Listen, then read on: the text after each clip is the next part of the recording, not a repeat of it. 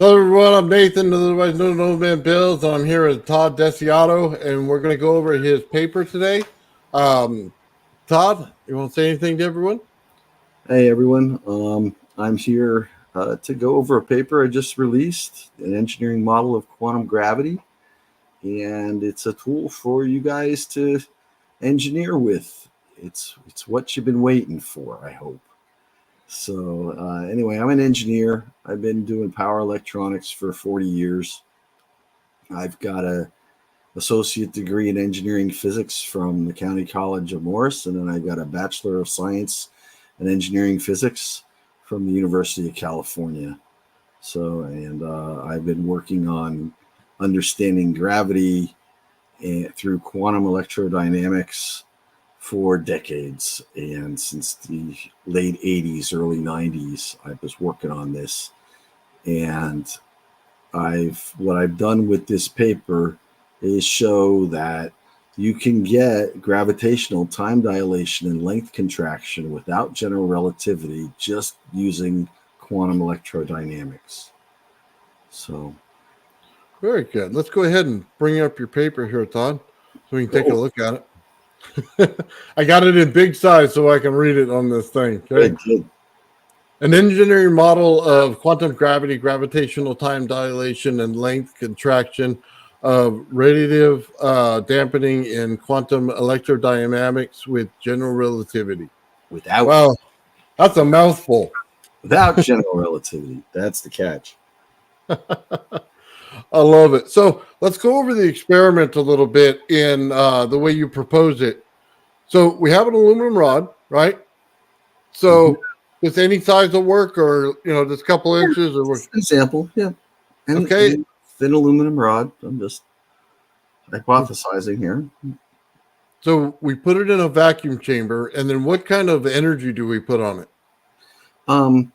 What is proposed in the work is using electron parametric resonance, EPR, also known as electron spin resonance, and at a frequency of 4.18 gigahertz, which would match in terms the Landau-Lifshitz damping frequency equivalent to the gravitational potential of the Earth. And if you read the paper, that would make sense. Yes. But in any case, the idea is that you're bombarding the rod so that every atom in the rod is vibrating or oscillating at this frequency. And then you create a very tiny frequency gradient, and the rod will move toward lower energy where the frequency is lower. And it will do this gravitationally, just like a free-falling body. Okay, so let me just remove this real quick. So what we're doing is we're putting the microwave energy in it basically at that level, right? Yeah. So then we're creating a field that goes around it, and the atoms swirl around that field, right? Yeah, basically they precess like a spinning top. Okay. Yeah, I remember watching that with the right hand rules positive, left hand rules negative, right? Yep. Okay. So, okay. Now with that, you're able to tell exactly how much gravity is in something in comparison to the Earth? No, not that way. It's that if you look at the paper on page, which one? Page 7? No. Page 6. There you go. Passed it. There we are. Okay. I think you passed it. Down? Yeah, that's it. Right there. Right there. Right there. Equilibrium spacing. So, okay, take it down a little more. A little more? More. Oh, it kind of goes into the next page. I see it's 6 and 7. On my screen, it's all 1. So. Oh, gotcha. Yeah, I got it. What you have here is a frequency equation where the damped angular frequency is the natural angular frequency times the square root of 1 minus the square of the Landau-Lifshitz damping factor, damping coefficient, divided by 2 times the natural frequency, that quantity squared. And then we approximate it to make it simpler to work with. And now if you scroll down to equation 38 and 39, you see here, this would be in the same approximation in a gravitational well. You could replace m with the mass of the Earth and r with the radius of the Earth to the surface. So these two we equate. So gm over rc squared is equal to 1/2 gamma naught over 2 omega naught squared. And by doing that, we calculate the effective Landau-Lifshitz damping factor that equates to gravity for the Earth. And if you scroll down, you'll see the result. There it is, therefore. Yeah, and you get the damping causes the rod to contract. So instead of just having the spacing be determined by the derivative of the potential with respect to the spacing, you have this other term determined by the 0-point field and damping. And the 0-point field is like a source of energy that, if left alone in far from matter, like far out at the edge of the universe where there's no matter to cause damping, the rod would expand to its maximum length due to the 0-point field, energizing it. When we have mass nearby, like the Earth causes damping, and damping causes the rod to shrink. And that's what gravitational length contraction is about. But not only does it cause length to shrink, the length of the rod to shrink, as I showed back on equations 36 and 37, it causes the frequency of the atoms to decrease, which is equivalent and indistinguishable from gravitational time dilation. So here we have the two foundation rocks of gravity, gravitational time dilation and length contraction, come out of this math, which only uses radiative damping and quantum electrodynamics, not general relativity. So if we can, as engineers, design ways of causing damping, we can make artificial gravity.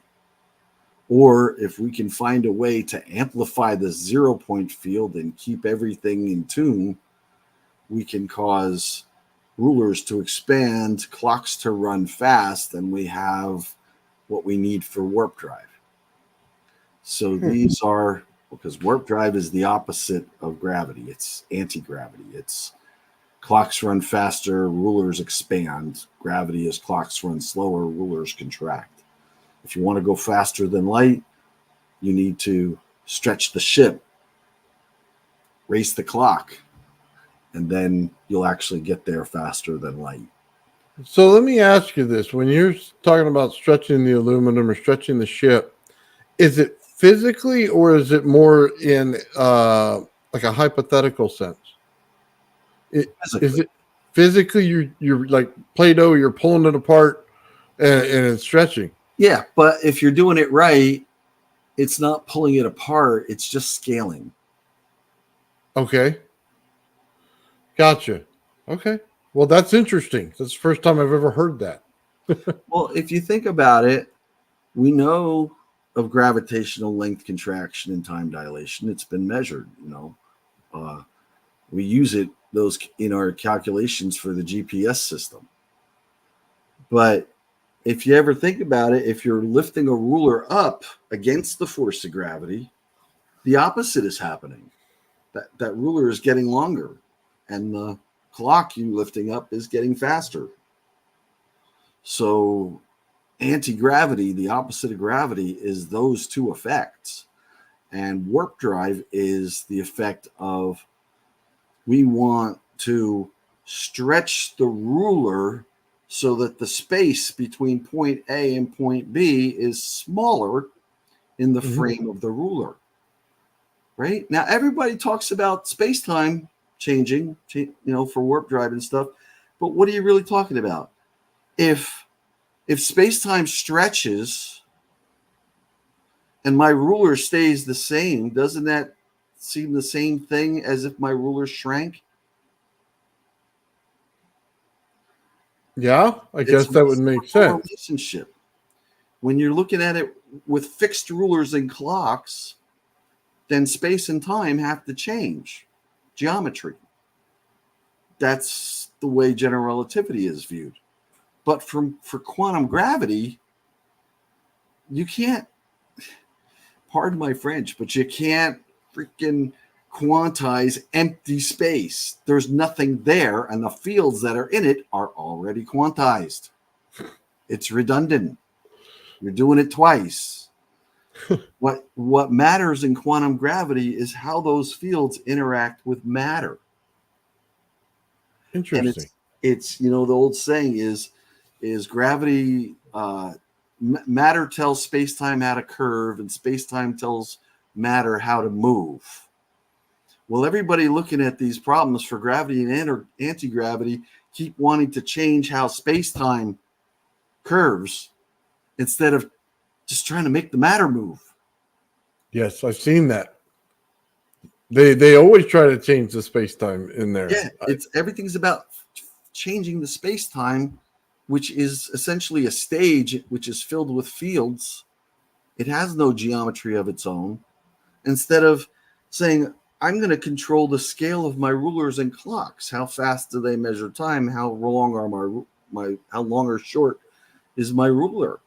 And with these variable ruler and clock, I can go measure my fields and my geometry, knowing that it's the rulers and clocks that are changing, not the stage.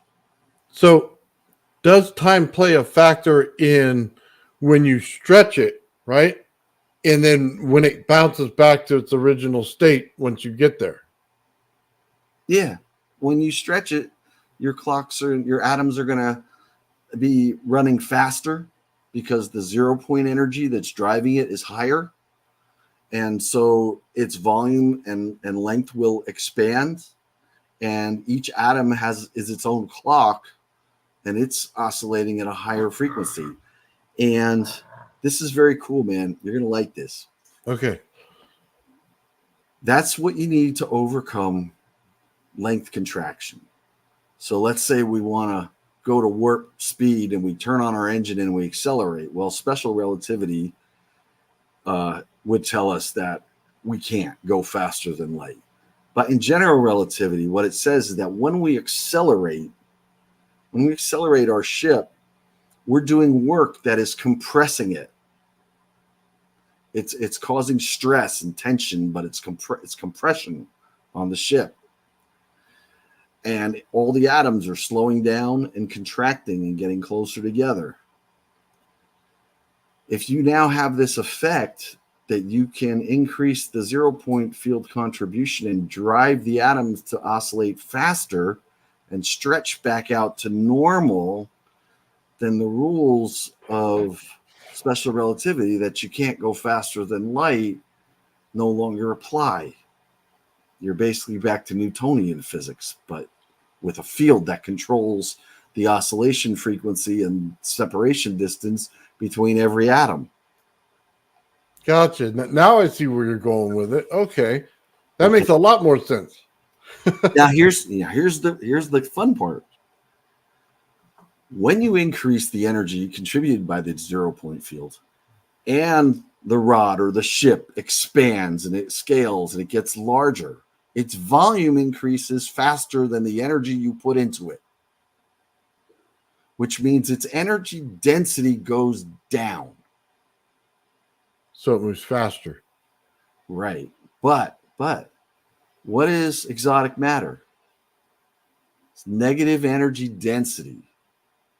So if I have a ship with positive energy density and I inflate it like this to a higher volume, larger volume, higher energy state, I've reduced its energy density. It is the equivalent mathematically of adding negative energy density to the ship. That makes a lot more sense to have All the right. negative Now energy. now you know what exotic matter is. This is what exotic matter is. It's using a higher amplified 0-point field to cause the ruler to stretch and the clock to run faster. And the volume expands faster than the energy you put in, thereby reducing the energy density. Whereas if you just tried to have a rocket and accelerate to the speed of light, it keeps compressing and the energy density keeps going up and you can never get there. Right. You have too much pushing upon it at one time, and you need to lessen that amount. Uh-huh. That's better. So the field makes sense, and then you go faster, but you don't get the negative side. And I don't want to say negative, that's the wrong word. You don't get the inertia side of it, do you? No. In fact, the two things you do get out of it is that when the ship is inflated to this, I call it inflated matter, and once it's inflated to this higher energy state, it's harder relative to us. So it's like its own shield, because matter in that state has a much higher energy. So it can deflect, whatever you want. And also the side effect of the field would be is any matter entering the field from outside, from like in front, would have a tendency to lose inertia and stretch out and just pass on by without causing any damage. It would also most likely be deflected because a warp drive, remember I said if you have to lift something to a higher gravitational field, if you're lifting the ruler up, it's getting longer. So an anti-gravity field, you have to do work to climb it. So incoming matter coming into this warp field has to do work to climb it. So the incoming matter is like going uphill, and it's going to slow down. Yeah. It's the ship. So it's got its own force field. So we see when they do the rockets and stuff, there's a barrier that builds up in front of it. You know what I mean? Shockwave. Yeah. Yeah. So it slows it down. Yeah, so, it does. I mean, yeah, if you've got stuff hitting you from the front, shield or no shield, it's going to slow you down. Okay. But it's not going to blow you up. Yeah. I have a question about rotation. Now, and I don't know if this is the second part or the first part of your paper, but I wanted to ask you about the rotation. So if the field rotates, would it then displace the amount of energy pushed against it if you're in Earth's atmosphere going up? I'm not sure I follow you. So basically, we go against the barrier, like with our planes, right? And stuff like that. And then finally we break through the barrier, right? So if I spun this thing, okay, and we're talking about the field here, not the actual object, right? If I spun the field, can I get past this and get through, or is it still going to hit that field? It depends on the symmetry. You can devise it with gaps. You can engineer anything, man. Well, I like to ask the question only because I want to know if on the ground can we eliminate the inertia while we're in Earth, inside Earth? Because I know we're talking about space. That's what I'm working on, is stuff that I can make work on Earth, because trying to do it in space is not something I have the capability of testing. Mark Sokol at Falcon Space has built a marvelous vacuum chamber now with an enormous vacuum, well beyond what is needed to test things. So we're all working on experiments that we can put in that machine next month. Oh, really? How big is the machine? Oh, it's like 14-inch diameter, and I think it's like 28 inches tall or something like that. Hmm. It's not huge, but it's very, very efficient at pulling a vacuum. So you get a very hard vacuum. Oh, Space. I'd love for you to take your gravity flyer that you have and put it in there, Todd, and then put the fields on it. The Graviflyer is too big, but yeah, we're working on other stuff to make something smaller. Dude, well, you're wasting your time with that. I don't think so, but that difference in opinion. Last time you talked to me, you told me to put a hot air balloon to it. That would work. Well, I'm trying to figure out ways to that it can fly and conserve momentum. The only other thing that you can, obviously, electromagnetic fields are not going to thrust that thing up. It's just not going to happen. You don't have gigawatts of power to drive it. Oh, I don't need those fields. I just need it to contain the negative energy field that I'm pulling into it. You see, you think I didn't think of this. If you can increase the air velocity coming out and direct it more downward. I don't need to direct air velocity. But there's no way to electromagnetically make that thing lift. It just won't do it. I don't know. We're going to have to see. All right, let's get back to your paper, Todd. I honestly think Alexei pulled off the greatest scam in history. But well, we'll have to see, won't we? I've had positive results so far, and I'm going to keep going. Okay. So let's go on with your paper here, Todd. Yep. So I don't want to get too far off subject with you. Let's see. So I did. Go ahead. No, I did some justification for this is an approximation, and the small damping approximation I used to get this equation is valid to objects that are within two orders of a black hole. So things on Earth and gravity the way we know it, my equations here, my equalities between gravity and damping are spot on. I mean, you can't deny it. The small damping approximation is well within the limits of gravity that we experience here on Earth. And it doesn't start to break down. The interpretation doesn't really start to break down until you try to cross the event horizon. Then all bets are off because nobody knows what's on the other side of the event horizon anyway. It could be geometrical. It could be nothing. It could be everything stops on the event horizon because that's the way we see it, and that's all we'll ever see. Very cool. Okay. Let's see. Right here. Equivalence and a strong dampening limit. So, when we talk about the dampening in this, okay, you talk about, it says in there, it would take a black hole event horizon be viewed by distant observer. The angular frequency becomes imaginary when my mouse clicked over it. By over dampening, and that's where the analogy breaks down. Okay. Yep. Go ahead. What is that?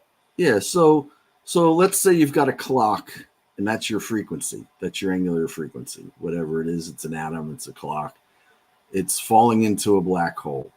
From our perspective, looking at it from far away, the clock just keeps running slower and slower and slower until it gets to the event horizon, and then it stops. And from our perspective, from far away, it'll stay there forever. Okay. All right. But in reality, if it falls through that level, it will eventually, lose all energy because it's going to it not only stop, all the atoms stop oscillating, and that's why it says it becomes imaginary. This is pretty much the same thing in relativity. If you cross the event horizon, then Schwarzschild's solution becomes imaginary. Same thing. Okay. Yeah.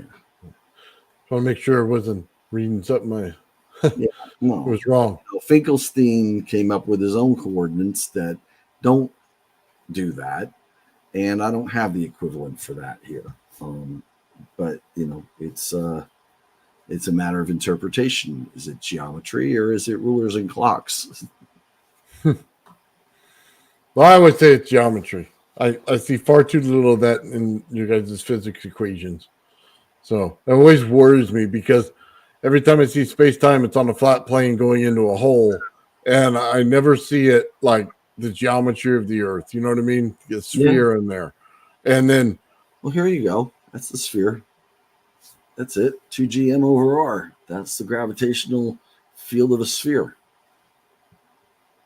very good then. Okay, all right. So what we're looking at here, let me see. We're almost at the end of this right here. I want to look at the. If there's something you want me to stop on, let me know. No, that's the number I mentioned before. 4.18 gigahertz is the equivalent number you get when you that calculation is basically deriving that number by equating the damping. And what you're showing right there is that the damping factor is 2 omega naught times the square root of 2gm over rc squared. And it comes out to 4.18 gigahertz. So if I use the mass and radius of the Earth. So that's the frequency we want to use for our nuclear and electron resonance, spin resonance. Is that meaningful? I do not know. This is the experiment. I don't know if that's going to work to induce damping at that level or not.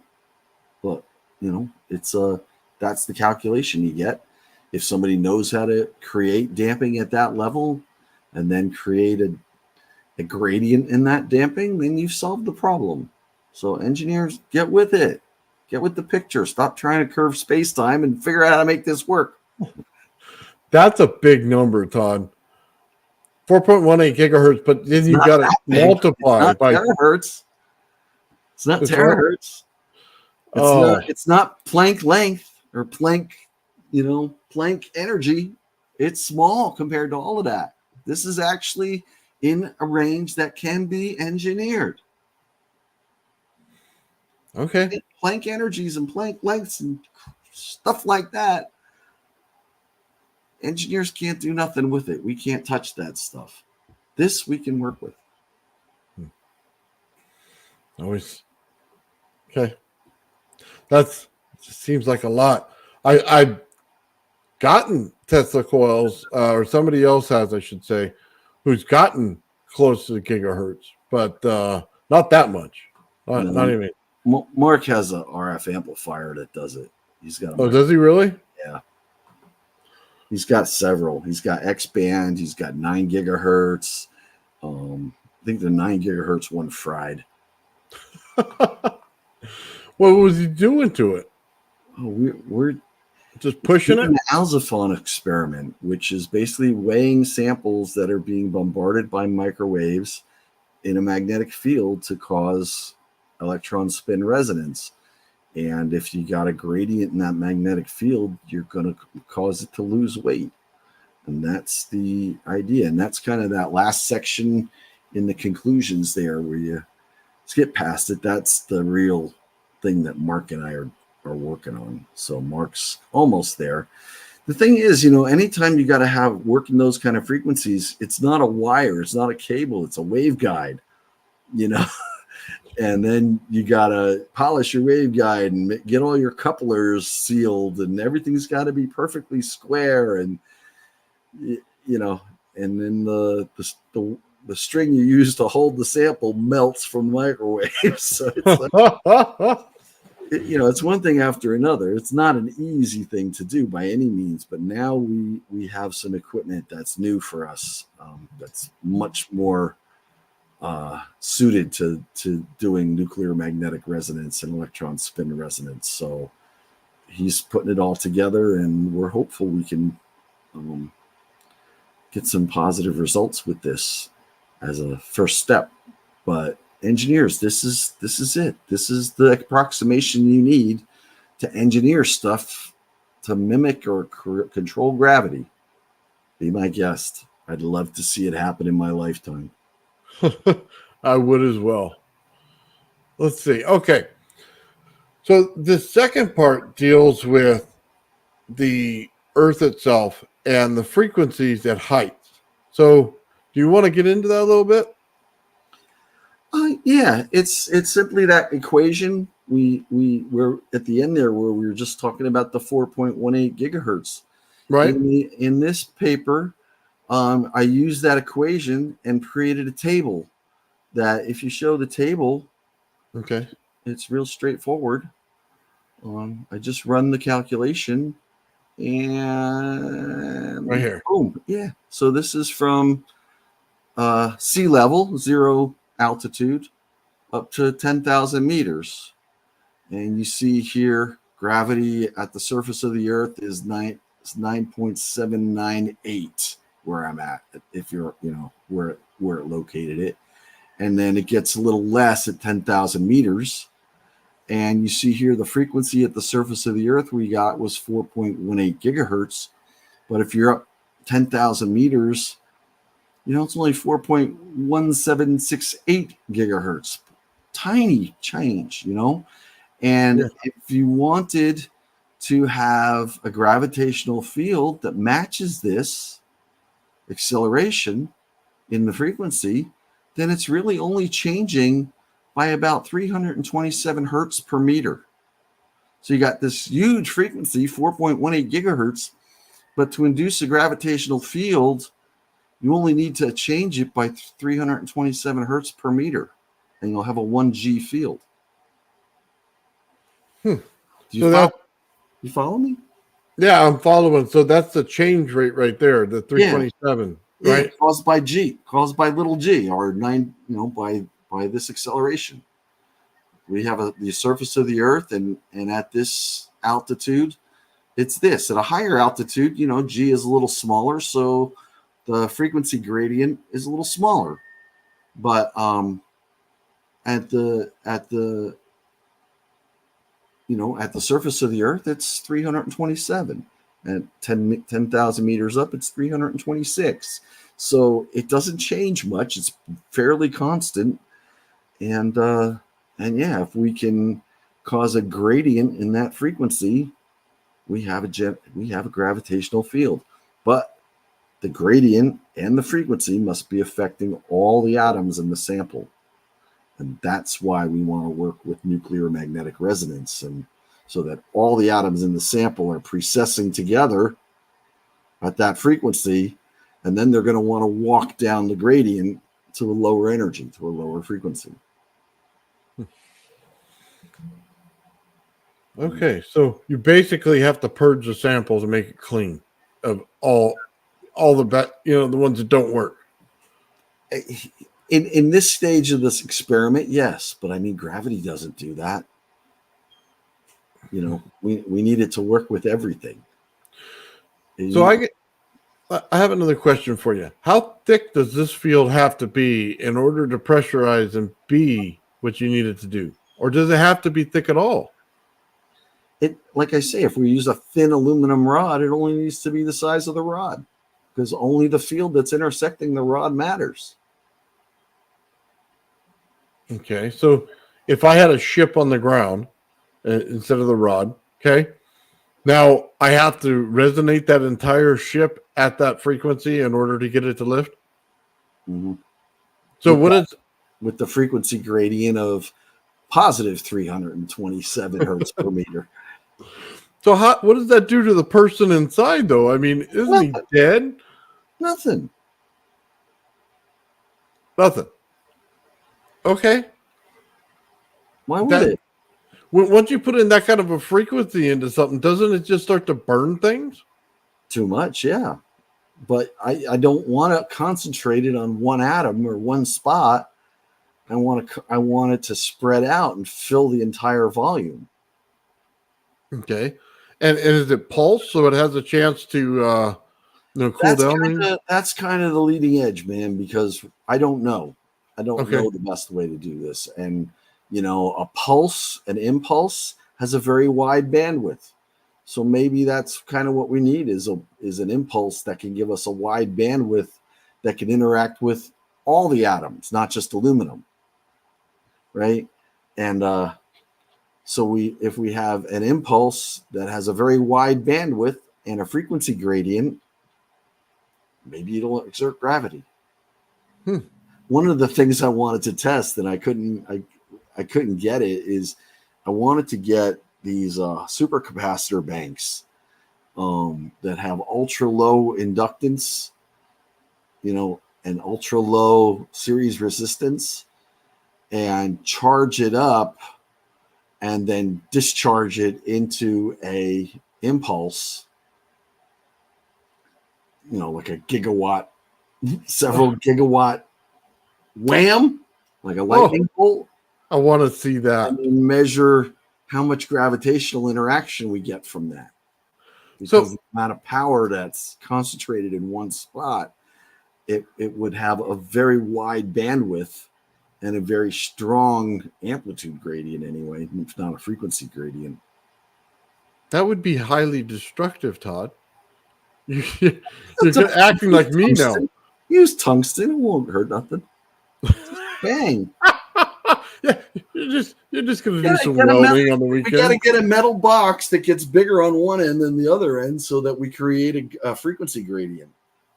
Okay. And hit it like a speaker with a big spark gap on one end, and it should project the gravity weight out the other end. Oh, I'm not standing next to that thing, Todd. That's neither would I. Dangerous. Neither would I. But a vortex cannon, but for electromagnetism. Oh, that's so great. Oh, I love vortex cannons, man. They're awesome. So yeah, I mean, it's a matter of modeling and engineering a gamma factor, a gamma LL, Landau-Lifshitz damping coefficient.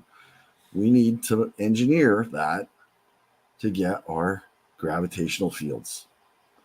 And so there are a lot of papers out there on Landau-Lifshitz damping.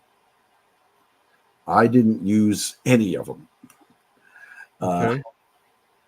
But there is a ton of research to be done in this field because a lot of people know about Landau-Lifshitz damping, and they know how to make it and do it, and they're totally unaware of this.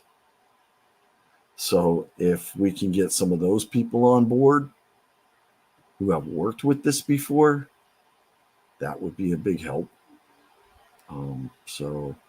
Well, it'd be nice to see their studies and their paperwork behind it on, for how they scaled their stuff, so that you can see which direction you have to go in. Yep. Anything, anyone who wants to help, we're open. We're open source. We're open to help. But I mean, as far as I'm concerned, if you want a first approximation to gravity and anti-gravity, this is it. This is something engineers can use. I've shown you how it works, why it works, and it's not wrong. Jack might say it's wrong, but Jack says everything is wrong if he didn't come up with it. That guy keeps calling me a schmuck every time I watch it. Yeah. It's like every other word out of his mouth is that. Say, I know you are, but what am I? It's projecting, Oh, it's kind of hard to listen to after a while. He shows his credentials as soon as he walks in the door. Jeremy invited me in when Jack was on. I was like, no way. Yeah. I don't need the aggravation.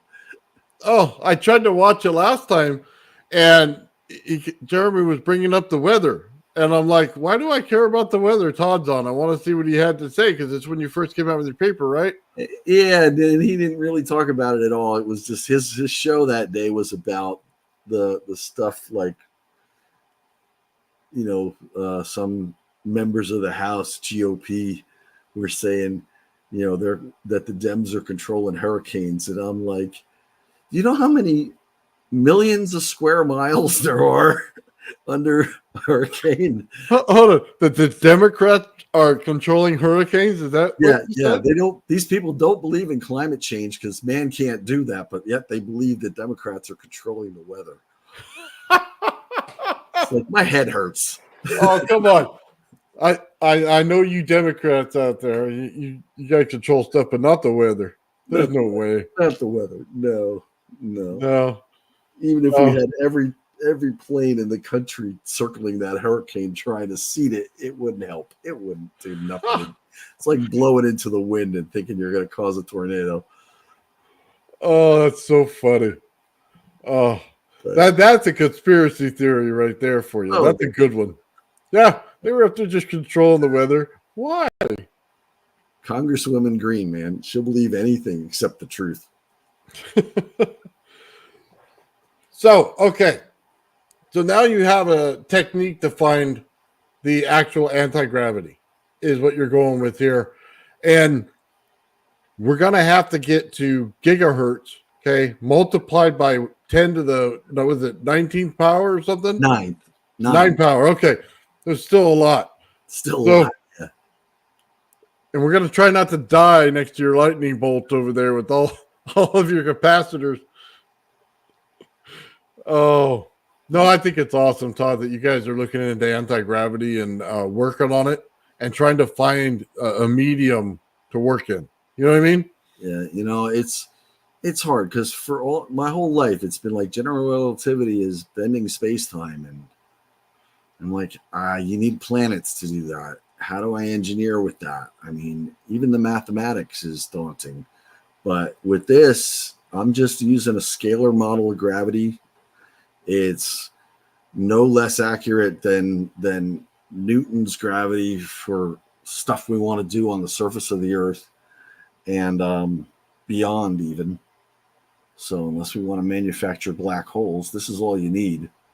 So I really would like to see more people start to think in terms of damping instead of general relativity, just because, not that I have anything against general relativity. I'm just offering a different way of looking at the same stuff because the equations match. The only difference here is the interpretation of what's going on. If it's just a matter of interpretation, then who cares? Just make it work. Yeah. Well, I tend to think on a different side than you. So negative energy. What is your opinion of it? Like, you mentioned it, but I think you mentioned it as a coefficient to the positive. So what is it you believe in? Negative energy itself is antimatter. That's negative energy. It's not what you need for warp drive. Warp drive requires negative energy density. That's exotic matter, not antimatter. Okay. It's a different animal. Antimatter has negative energy, but it has positive energy density. We need negative energy density. It's a different animal. And like I explained earlier, the way I've learned to interpret negative energy density based on how warp drive works in the model of gravity I'm using is that by amplifying the 0-point field and driving matter to inflate, I call it, instead of exotic matter, I call it inflated matter or inflatable matter. When the matter itself becomes inflated to a higher volume, its energy density goes down, which is equal to adding negative energy density, which is what Alcubierre's warp drive equation says we need. And every other warp drive paper says we need, So negative energy density is something that they refer to as something that has less energy density than the vacuum. But matter is in equilibrium with the vacuum. So if I'm creating inflated matter that has a lower energy density, it's the same thing. It is negative energy density. But now I've got an engineerable defined term of what it is and how it works. It's not just some airy-fairy exotic matter that doesn't exist because we don't know. I'm giving you guys the exact formula for what it is. You need to amplify it so that it's almost like heating it up. Heat is a source just like any other, but it's so many random frequencies. It's not precise. But heat causes objects to expand. Same thing. It's doing the same thing.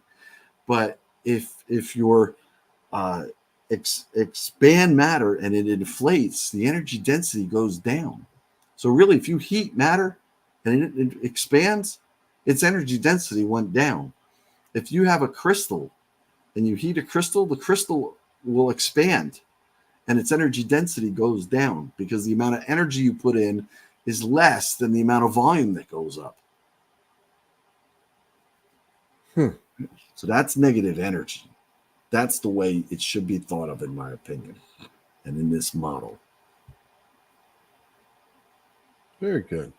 For all of warp drive purposes. For warp drive purposes. I'm going to copy this, Todd, and I'm going to put it in the chat. Okay. So that everybody can take a look at it for you. And there's two of them, guys. So give me a second.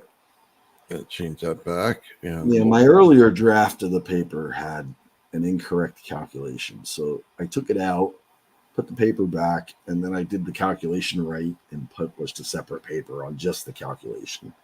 So I got it right. And it's much better result than the first one. Much more practical. Well, yeah, over there using Chat GPT to talk to something, man, like talking to a wall. It is. Especially when you, like, I have to do this in Chat GPT sometimes without mentioning gravity. Because if I mention gravity, it's going to go down the black hole of general relativity and spit out all this stuff that I don't want and don't need.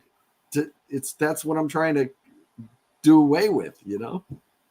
Yeah, well, it's so funny because it's like there's a rabbit hole to everything on the internet, right? So if I go on Google and I mention the wrong word, you say ring instead of circle, right? And then all of a sudden it's like all over the place, like, dude, I don't want to get married again. Yeah, right. Oh, it's so bad. So, yeah, I do that all the time with that ping page, and I'm over there looking for something, and they haven't changed any of their stuff. So every time somebody models this, they always model it the exact same way. Mm-hmm. And I'm just looking for that little bit of difference, and it's just not there. Yeah, and I'll mention Hal Puthoff because he started with his polarizable vacuum model about the same time that I was starting, and I came up with the same ideas, but we shared ideas, and his papers got published, mine didn't. But his ideas with the polarizable vacuum are again trying to affect space out there. It's not about matter, even though in that model it said that we have variable rulers and clocks. There's nothing quantum about it that says why, right? It's again, we have a polarizable vacuum, and everything we talk about is about the vacuum out there. But really, gravity takes place inside matter. That's where it matters, is in the matter itself. Is the field intersecting the matter is what makes it go, is what makes it move.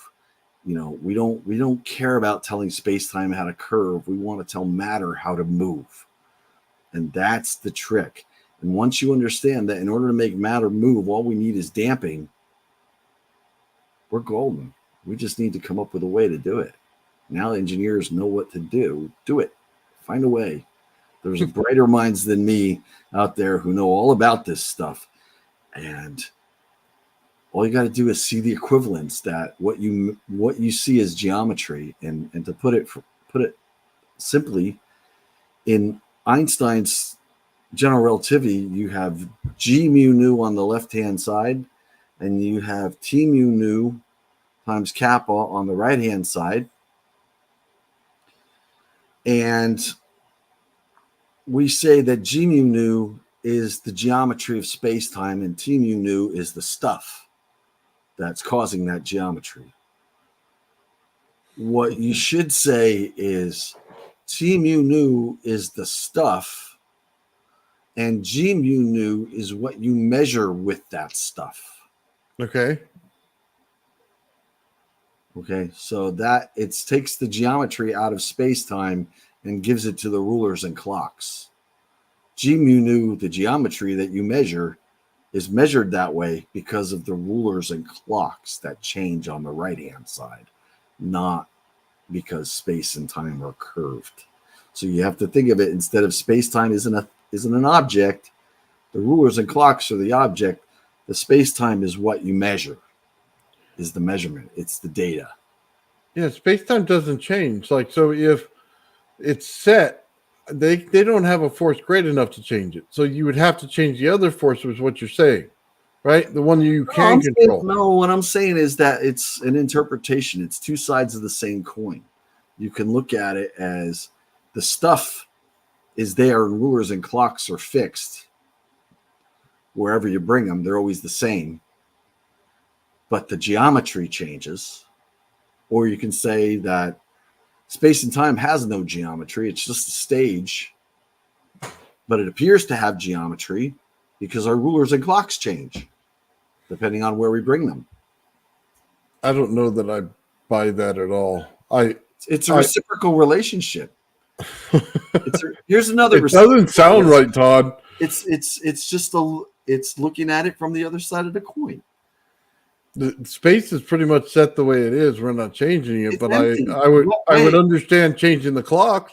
And wait a minute. See, you're giving space and identity other than empty. There's nothing there. If you have nothing, I'm not giving it to the space. I'm giving it to the planets and things that inhabit it. Right. Those things now, if you want to measure space using those things, what are you using? You're using rulers and clocks, or rulers, to measure your space. Yeah, I didn't say I had a problem with that. I think the rulers and clocks changed. That's all. But I didn't think it reversed. Okay, that's. It's just here's another one. I mean, we look at dark energy as the universe is expanding and accelerating, right? Okay. What if it's not the universe that's expanding and accelerating? What if it's us that's shrinking? The equation that gives us the Friedman, Robinson, Walker, Lamarche equation that gives us that expanding universe, you could take the reciprocal of it. It's just reciprocity. It's the universe isn't expanding. Our meter stick is getting shorter by 6.8 nanometers every 100 years. And so as we look back in time, where things weren't contracted that much yet, it looks like they're stretching and moving away from us. But it's us that's shrinking. As energy runs down, entropy increases, and the galaxy runs down, we keep getting smaller. And the universe just keeps scaling that way forever. Gotcha. I guess that's one way to look at it. I guess it's a matter of perspective, huh? Exactly. And what I want to do with this paper is change the perspective of how we look at gravity so that we can engineer it instead of, engineer it with materials instead of wondering how to change space-time. So, I got to ask you while you're here, Todd. We get energy that's colder, okay? And every time I see your comment that you don't believe in the cold energy. So is it true you don't believe, or? I know what 0 point energy is. It doesn't get any colder than that. So what is cold energy? 0 point energy is free energy, but matter is in equilibrium with it. So if you want to extract it, you need matter that's not in equilibrium with it. Well, what is that? That is matter that has been brought uphill to a higher energy 0 point with less damping, and we collect that energy by letting it fall back down. So essentially, it's the sunlight lifts water against the force of gravity, thereby storing 0 point energy, and hydroelectric waterfalls give it back, and we extract the energy. So really, if you believe gravity has anything to do with 0-point energy, then hydroelectric power is extracting 0-point energy. Oh, no, It's taking the energy from the sun that was necessary to carry it uphill. No, I get what you're saying. It transfers into a gas, and the gas goes up and comes back down. Then once it's up there, the energy is stored there because it's a different damping factor. It's a different 0 point. And then it falls back down to the lower 0 point. We collect it. Okay. I think of it, cold energy, in a much different way. Well, what do you think of as cold energy, so I can understand that? Because I don't know what this is. It's not a term I've ever learned in school. So basically, when you pull negative energy out of a system, it's not hot. It's cold, and it produces on the surface is cold. So when you touch it, it's cold. So when you have hot energy, right, it's like an explosive. And then when you have cold energy, it's an implosive. So it's not the same thing. It's like the opposite end of the spectrum. So if you had energy that's expanding out from the Tesla coil, right, and it's pushing out, you feel that as heat. So the more you turned it up, the hotter you get, right? Well, there's got to be an opposite side to that. And what I'm finding is, as I put that little wire down that Tesla coil, it's colder. So in getting that to amplify, it gets colder and colder and colder. Now, the difference in the energy is you can actually touch it without getting zapped, okay? And it's still got a lot of the energy in it, okay? So I can... like you're talking about negative resistance. Because negative resistance is like in a resistor, a regular resistor, if you put current through it or put voltage across it, it's going to dissipate power and get hot. If you have a negative resistor, it's going to output power and get cold. This is what a solar panel does. If I have two solar panels in the sun, okay, and they're baking in the sun, and they get up to some hot temperature, if I now connect the load to one of those solar panels so current can flow through it, the solar panel that's providing power to the load gets colder. You can see it. That's how when we do aerial scans of a solar field, that you can tell which solar panels are working and which solar panels aren't, because the ones that aren't working glow hot or red on the thermal scan. They're hot. So if you have a negative resistance, like a solar panel, because it takes energy from the sun and then gives you power, you're not putting power into it with resistance, with current, the current's coming out of it. It tends to decrease the thermal energy of the electrons, which lowers the temperature of the solar cells, because the energy is flowing away.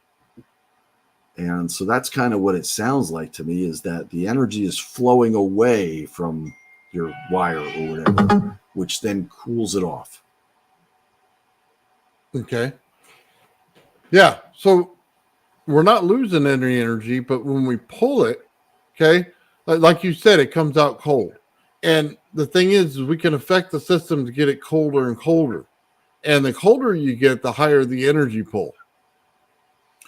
I would suggest do an experiment and demonstrate it. Okay.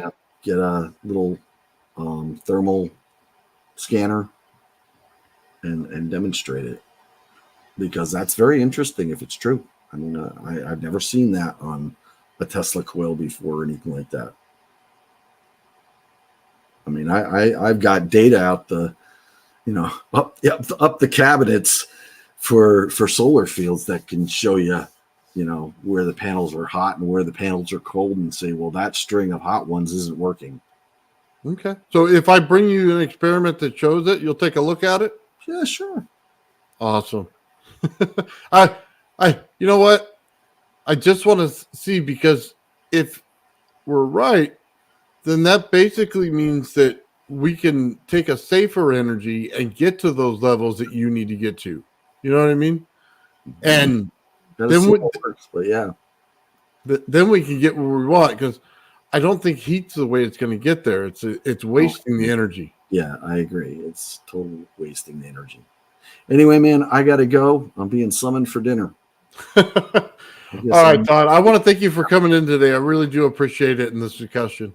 Hey, Nathan, thank you for having me. And, I'm available. My email is tdesiato, TDESIATO @warpdrivetech.com. All right. I know. All right, man. Take care. You too. Thanks, Todd. Bye-bye. All right, guys, give me 1 second. I'm going to pull up Todd's email real quick so I can put it in the chat.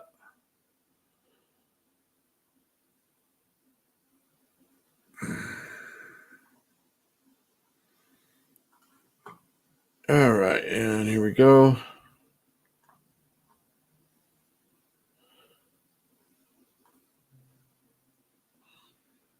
There we are. All right. Okay. So I just thought that was really cool, guys. We got to talk to Todd, and I think, you know what I mean? Look at the system, Gerald. I think that's really awesome, and I think that's kind of what we want to look at. And I love some of the things he's talking about. It's fascinating that you give them a perspective of how to do something so they can calculate in the correct direction, and then, like us, he's able to shift and kind of go on the page of whatever's working. You know what I mean? I think that's absolutely awesome. I like the fact that he does work with people that actually do some experiments. So that's really cool. That's something that we're real big on this channel as well. So I'd love to see some of those experiments when they put them out.